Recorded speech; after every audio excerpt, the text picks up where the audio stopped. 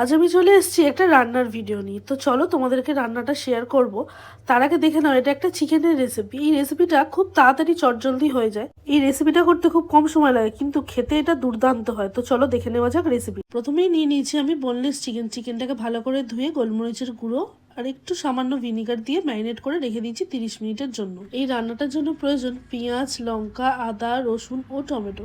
সবকিছু এরকমভাবে ছোট ছোট করে কুচি কুচি করে নিতে হবে। কড়াই গরম হয়ে গেছে, আমি দিয়ে দিলাম রিফাইন্ড অয়েল। দেখো তেলটাও গরম হয়ে গেছে, আমি এবার প্রথমেই দিয়ে দেবো রসুন কুচি, দিয়ে হালকা নাড়াচাড়া করে ভেজে নেব। রসুনগুলো হালকা ভাজা ভাজা হয়ে গেলে দিয়ে দেবো এর মধ্যে আদা কুচি। এরপর দিয়ে দিলাম কেটে রাখা পেঁয়াজগুলো দিয়ে হালকা করে ভেজে নেব।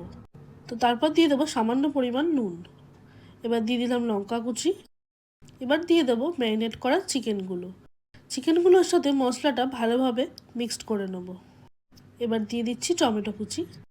এবার দিয়ে দেবো স্বাদ মতো গোলমরিচের গুঁড়ো দিয়ে হালকা নাড়াচাড়া করে টেম্পারেচারটা একদম লো করে চাপা দিয়ে দিলাম। 20 থেকে 30 মিনিট পর ঢাকনা খুলে দেখলাম চিকেনটা প্রায় হয়ে গেছে।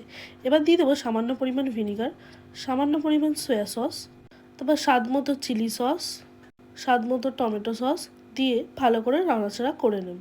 এই রান্নাটাই কিন্তু কোনো রকম জলের ব্যবহার হবে না। যারা একটু আমাদের মতো ঝাল খাও তারা এরকম দিয়ে নেবে সামান্য পরিমাণ চিলি ফ্লেক্স, মিক্সড হার্ব আর গার্নিশিংয়ের জন্য ধনেপাতা। তো চলো, রেডি হয়ে গেছে আমাদের আজকের রেসিপি চিকেন চটপাটা। চিকেনের এই চটজলদি রেসিপিটা সবাই বাড়িতে অবশ্যই ট্রাই করো।